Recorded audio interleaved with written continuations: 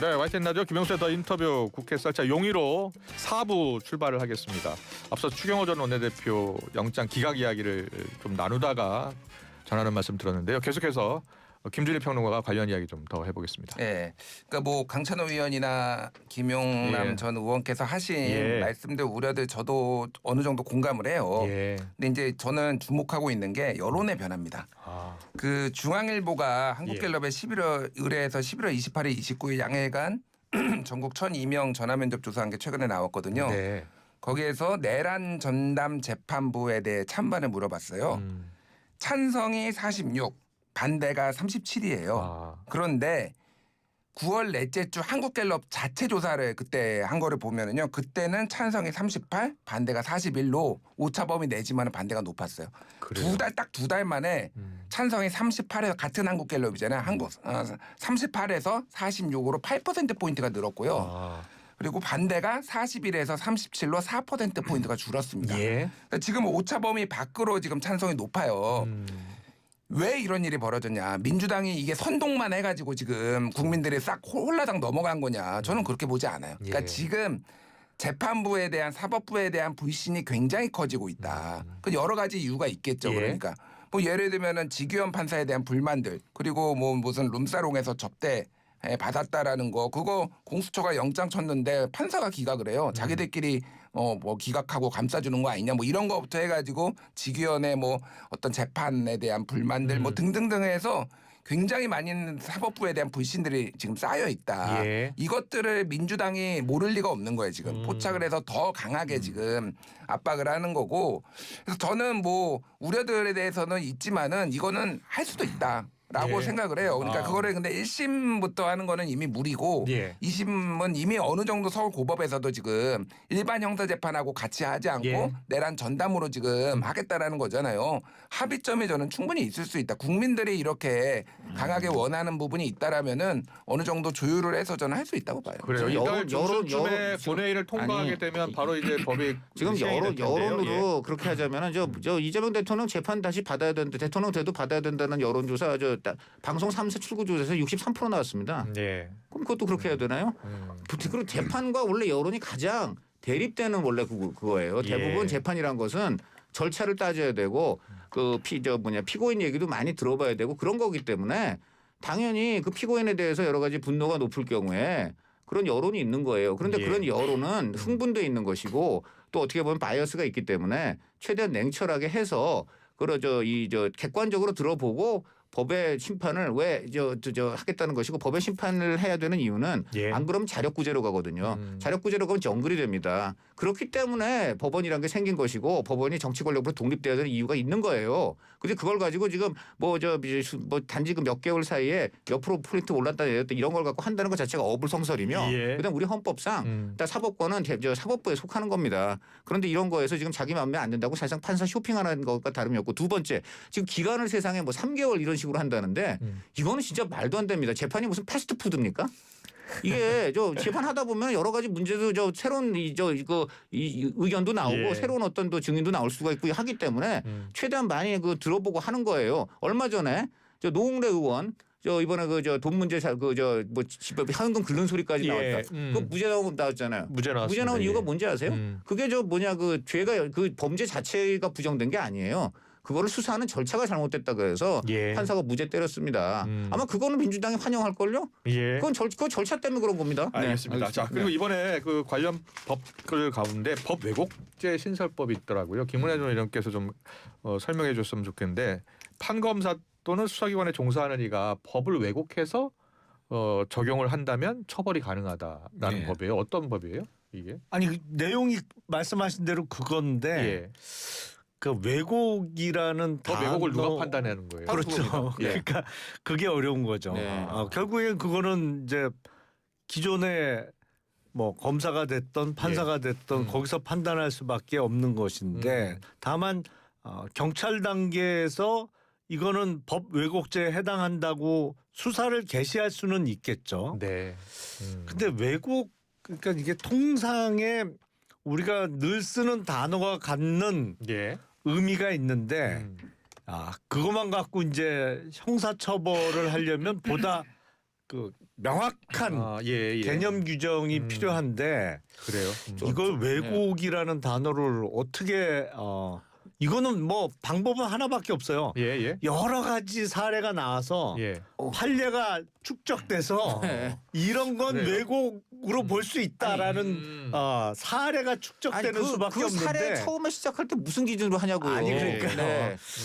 알겠습니다. 쉬워 보이지는 않습니다. 그래요. 그리고 또 그 관련 법안들 통과 내용 중에 법원행정처 폐지하면서 외부 인사로 구성된 사법행정위 설치하는 법이 또 있더라고요. 그 법의 골자는 이제 대법원장의 영향력을 축소시키겠다는 거 아니에요? 그러니까 사법행정위원회가 처음 나온 거는 이번에 처음 나온 게 아니라 예전에 그 이탄희 의원이 발의를 했다가 그때 이제 통과가 안 된 바가 있어요. 2022년이었나 제가 헷갈리는데 그 정도 됐을 겁니다. 2020년이었나? 그때 이게 문제의식이 뭐였냐면은 양승태 대법원장이 소위 말해서 사법거래를 했었잖아요. 그래서 재판도 6년인가 받았잖아요. 그때 당시에 이제 대법원장의 영향력 아래 상고법원을 만든다는 이유로 박근혜 정부의 뭐 이렇게 관련된 사람들에 대해서 판사들이 직접 위에 판사들이 독립적으로 판단해야 되면 불구하고 위에서 막 빨간 줄로 이렇게 고쳐주고 막 이런 거 있었잖아요. 그러니까 이게 대법원장의 권한이 너무 세다. 라는 거에 문제 의식입니다. 그래서 이거를 이제 대법원장의 힘을 완전히 뺀다라는 거는 저는 뭐 동의하지 않고 어느 정도는 어떤 그 그러니까 법원행정처가 완전 권력이 돼버렸어. 그냥 행정을 하는 데가 아니라 여기에서 뭐 인사, 해외 연수, 승진 이런 거를 다 판단하다 보니까 여기로 일렬로 쫙 줄을 세우는 부작용이 있으니 다른 사람들도 법조인이죠. 그러니까 비법조인이 뭐 들어가는 건 아니고 법조인들 중에서 들어가서 이거를 인사를 좀 민주적으로 해보자라는 거라서 저는 이거는 큰 틀에서는 저는 동의를 하는 편이에요. 다만 너무 법관 대신에 법관이 너무 많이 들어가는 거는 저는 좀 우려가 된다. 그런 생각은 들어요. 헌법상 그 법원 내부의 조직은 다 법원에 속한다는 그 원칙을 깡그리 무시하는 위헌적 발상의 극치일뿐만 아니고 지금 좀 전에 대법원장의 권한이 너무 뭐 비대해서 그렇다면 아니 대통령은 안 그런 거예요. 대통령도 인사권이 너무 비대해가지고 항상 전횡이 일어나고 문제가 되잖아요. 조금 전에 나중에 지금 다루겠지만 지금도 봅니까 여당 무슨 고위 관계자가 대통령실한테다가 인사청탁하고 이런 것들이 지금 포착됐잖아요. 이것만 봐도 그럼 대통령은 인사 전횡이 없어요? 그럼 대통령 인사권도 그 독립적인 여러 가지 행정 경험이 있는 사람들 해가지고 인사위원회에서 하는 것이 맞죠. 그렇게 한다면 지금 그렇게 인사권을 하는 이유는 아까도 말씀드렸습니다. 삼권 분립입니다. 대통령은 행정권, 대법원장은 사법권, 국회는 입법권. 그럼 국회 공무원들도 국회는 지금 입법 권력 엄청 비대하면 국회 거기 인사도 그러면 지금 인사위원회 만들어야 될 것 같은 느낌이 들어요. 저는 그러니까 이 지금 논의되고 있는 모든 것이 대통령이나 이런 사람들 이해관계에 다 걸려가지고 대통령에 지금 맞지 않는 판결, 대통령 본인이 또 지금 여러 가지로 재판에 걸려 있는 상황. 이런 것 때문에 지금 하는 거 아니냐는 의심을 할 수밖에 없습니다. 네. 알겠습니다. 또 관련법이 법사위를 어제 밤에 통과를 해서요. 어떤 법들이 통과됐는지 좀 들어봤습니다. 그리고 이제 민주당이 추경호 의원 영장 기각 전에 영장이 발부될 것이다. 그리고 영장이 발부되면은 위헌정당 해산 심판 할 수밖에 없을 것이라는 취지로 여러 차례 정청래 대표가 이야기를 했는데 앞으로는 어떻게 될 것 같아요? 아니 근데 저는 위헌정당 해산 심판 문제하고 추경호 의원에 대한 구속영장 발부 여부하고는 그렇게 밀접한 관계가 없다고 생각을 해요. 그 전부터 그런 취지로 제가 말씀을 드렸어요. 그러니까 우리 헌법상 위헌정당은 정당의 목적과 활동이 민주적 기본 질서에 위배될 때 해산될 수 있는 것인데 오히려 12월 3일 그리고 12월 4일 비상계엄 해제 과정에서의 문제보다 그 이후에 국민의힘이 보여준 모습이 더 문제다. 아니 명백하게 내란인데 윤석열 수호 집회에 많은 현역 의원들이 참석을 하고 뭐 장동혁 대표의 어제 메시지도 윤석열의 그 억지 무슨 이른바 계몽령과 비슷한 그 의회 때문에 내가 비상계엄 할 수밖에 없었다는 취지의 주장을 1년 이후인 이 시점까지 하고 있으면 이게 오히려 해산 사유로서 더 명백한 것이지 추경호 의원 구속영장 기각됐다고 그러면 해산이 안 된다. 그건 아닌 것 같아요. 저는 조금 비슷한 데지만 다른 게 그러니까 저도 구속영장은 너무 과잉 정치화됐다라고 봐요. 이게 그렇게 큰 의미가 있는 건 아닌데 어쨌든 서로 이제 막 숟가락으로 얹으면서 얘기가 커졌고 추경호 의원의 1심 결과가 제일 중요할 거라고 봅니다. 예. 그러니까 1심에서 뭐 판단이 되는 거 아니고 당연히 2심도 가봐야죠. 그런데 예전에 통진당이 해산될 때요. 이석기 의원 대법원 확정 판결 나기 전에 해산됐어요. 예. 그러니까 헌법재판소에서는 이미 2심까지 진행되고 이 상황과 정황을 보고 판단을 한 다음에 그 이후에 한 5개월인가 뒤에 이제 이석기 의원의 최종 확정이 났거든요. 반드시 구속되지는 않아요. 근데 지금 상황이 만약에 추경호 의원이 만약에 이렇게 1심에서 유죄가 나면은 법무부에서 아마 저는 청구할 가능성도 배제할 수 없다. 그래요. 예. 법무부에서 청구할 가능성도 배제할 수 없다. 우선 두 분 말씀이 정확한 게 예. 정청래 대표가 따라서 말도 안 되는 얘기를 한 겁니다. 지금 두 분도 그러잖아요. 지금 저 구속영장이 기각되고 인용되고 그게 지금 위헌 정당 해산 문제하고는 관련이 없다라고 얘기를 하잖아요. 그런데 이걸 제일 지금 앞장서 떠든 사람이 누굽니까? 정청래 대표 아닙니까? 집권당 대표가 이렇게 지금 소속이 지금 민주당인 분조차도 그건 아니다라고 할 얘기를 마구잡이로 한 것부터가 한마디로 무책임하게 극치가 없고요. 예. 그 말을 함으로써 지금 오히려 자기 뜻에 걸렸다고 말씀드리겠습니다. 알겠습니다. 자, 마지막 이슈 가기 전에요. 강찬호 의원께서 언급했던 그 방송 3사 여론조사 좀 더 자세히 언급을 해야 됩니다. 네. 지난 6월 3일 오전 6시부터 8시까지 선거 당일이었습니다. 전국 17개 시도 지정 투표소에서 투표 마친 투표자들 5,190명 대상으로 한 개별 면접 조사로 실시된 출구 조사였고요. 95% 신뢰 수준에서 플러스 마이너스 2.2%포인트였고 이재명 대통령 재판 계속해야 63.9%, 중단해야 25.8%, 모르겠다 10.3%로 나왔습니다. 당시 당시 그 출구조사 예측 결과 그 이재명 대표 득표율이라든가 이런 거 굉장히 아주 정확한 수치가 좋겠다 말씀드립니다. 네. 조사 기관은 입소스 한국리서치 코리아 리서치입니다. 네, 됐습니다. 자, 다음 이슈 넘어가겠습니다. 김남국, 문진석 인사청탁 논란입니다. 자, 문진석 수석이 남구가 중대 후보다. 대통령 도지사 때 출마 때 대변인도 했다. 누구누구 회장 자격하는데 아우가 추천해줘. 네, 형님. 제가 훈시경이랑 현진 누나한테 추천할게요. 이게 이 본회의장에서 이 문자를 읽다가 카메라에 포착된 거예요.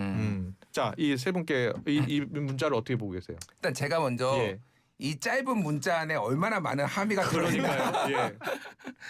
눈에 띄었던 거 하나는 내가 추천하면은 강훈식 실장이 반대할 거니까 아우가 좀 추천 좀 해줘. 이것도 먼저 설명을 드리면은 그러니까 지금 한 분은 천안, 한 분은 아산에서 국회의원 하신 분들이거든요. 뭐 이름 검색해 보면 알겠지만은 충남지사 여론조사 보면은 두 분의 이름이 다 올라가 있습니다. 그렇군요. 경쟁자요? 바로 옆에 인접해 있는 이런 상황이에요. 그러다 보니까 이제 특유의 견제 심리가 발동할 가능성을 보고 우회를 해서 김남국을 우회를 해서 이렇게 이제 민원을 해결하려고 했던 거고.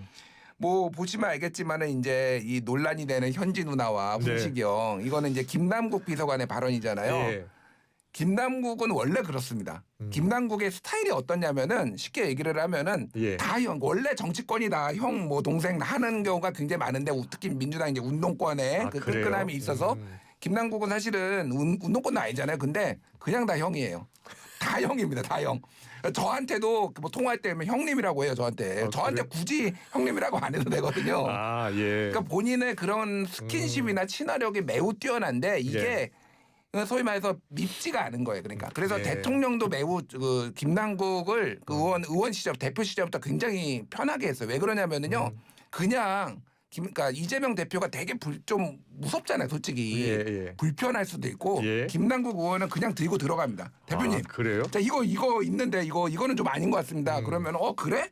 라고 했던 그런 스타일이 굉장히 정무적으로도 인정을 받아서 지금도 사실은 중용이 되고 있는 거예요. 그래서 홍보수석 밑에 있었던 디지털 소통 비서관을 강훈식 비서실장 밑으로 옮겨버렸어요. 직급도 올려줬습니다. 심지어. 그러니까 그 정도로 지금 이 정권의 실세고 그거를 민주당에서 모르지 않잖아요.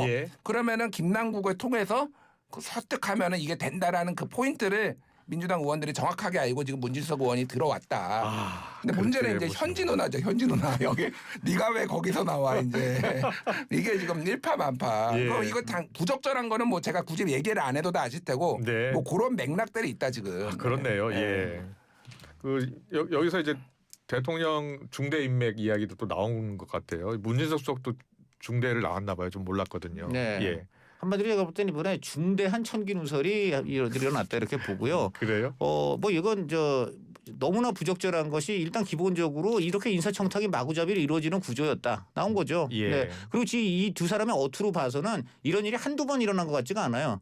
다른 사람들도 아마 이런 식으로 남구가 하고 집어넣고 예. 내 누구 형한테 거기도 푼식이 형 현지 누나한테 얘기할게요. 뭐 이런 식으로 다른 지금 관직 놓고서도 예. 또 여러 가지 청탁이 오갔을 가능성. 너무나 이 어투와 그 서로 간의 의사소통이 자연스러워요. 예. 그다음에 두 번째.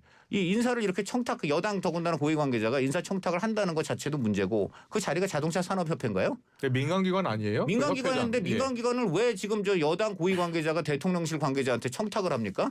이것부터가 말도 안 되는 거고 그 자동차 산업협회 알아보니까 자동차 사목협회더라고. 사목협회 연봉이 3억이야. 굉장히 좋은 곳인데 여기 지금 들어본 이 자리는 자동차 예. 업계 전문성도 있어야 되고 하는 자리인데 지금 추천하는 사람이 자동차 업계랑 지금 관련이 지금 없는 것으로 이렇게 좀 얘기가 되고 있고요. 아니 그거는 그분은 거기서 본부장이에요. 본부장인데 그게 했다고 하던데. 내가 자동차업계 물어봤어요. 그랬더니 오래전부터 이거는 아주 거기 오래 뼈를 받고 예. 이런 분은 아니라는 거예요. 알겠습니다. 자, 그다음에 가장 결정적인 거 현지 누나죠. 자, 현지 누나 어떤 분이죠? 부속실장입니다. 부속실장은 예. 일종의 집사 같은 거예요. 대통령 수행 챙기고 대통령 옆에 지금까지 보좌하는 사람이요. 인사하고 관계가 없습니다. 비서실장은 인사 관계 있어요. 인사 청탁 자체가 잘못되지만 청탁의 창구가 현지 누나? 이거야말로 지금 김현지 실세서를 뒷받침하지 않는 가장 결정적인 증거가 될 수 있다 말씀드립니다. 예.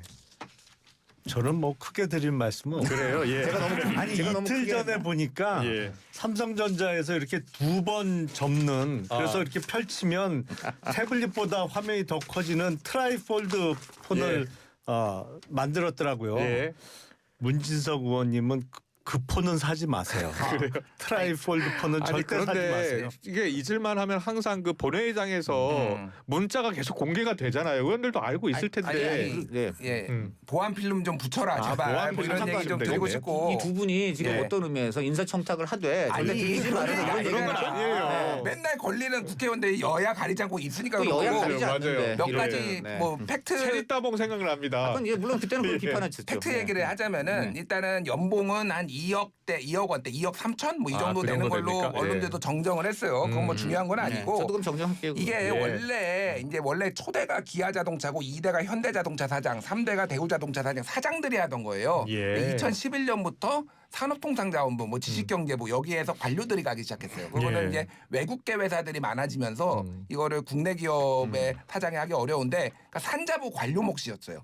근데 이게 지금 대통령실까지 이렇게 올린 거고 그래서 이런 식의 낙하산들이 너무 관행적으로 많다. 정권에 가리지 않고 예를 들면은 윤석열 정권 때 전문건설 공제조합 이사장에 이은재 의원이 갔는데 건설의 기획자도 모르시는 분이거든요. 여기가 연봉 3억 원대예요. 근데 갑자기 가가지고 심지어는 공모를 했어요. 예. 이제 맨날 낙하산이 오니까 그런데도 이렇게 하니까 이런 관행들은 좀 고쳐야 된다라고 그래요. 난 그렇게 생각합니다. 비판하면서 집권한 게 민주당 아닙니까? 왜 자기들 똑같이 합니까? 그러니까. 네. 예. 그러니까 그리고 과거 정권이 그랬는다고 네. 하면서 한다는 건 저도 그래서 이제 문재인 정부 이재명 정부 예. 비판할 때 문재인 정부 사례하니까 갖다 붙인다 그러는데 지금 우리 김준일 네. 평론가도 갖다 붙이는데 전 잘못한 거 아니라고 봅니다. 그거 맞아요. 예, 잘 들었습니다. 국회 썰차 용의로 강력한 논평 들으셨습니다. 잘 들었습니다.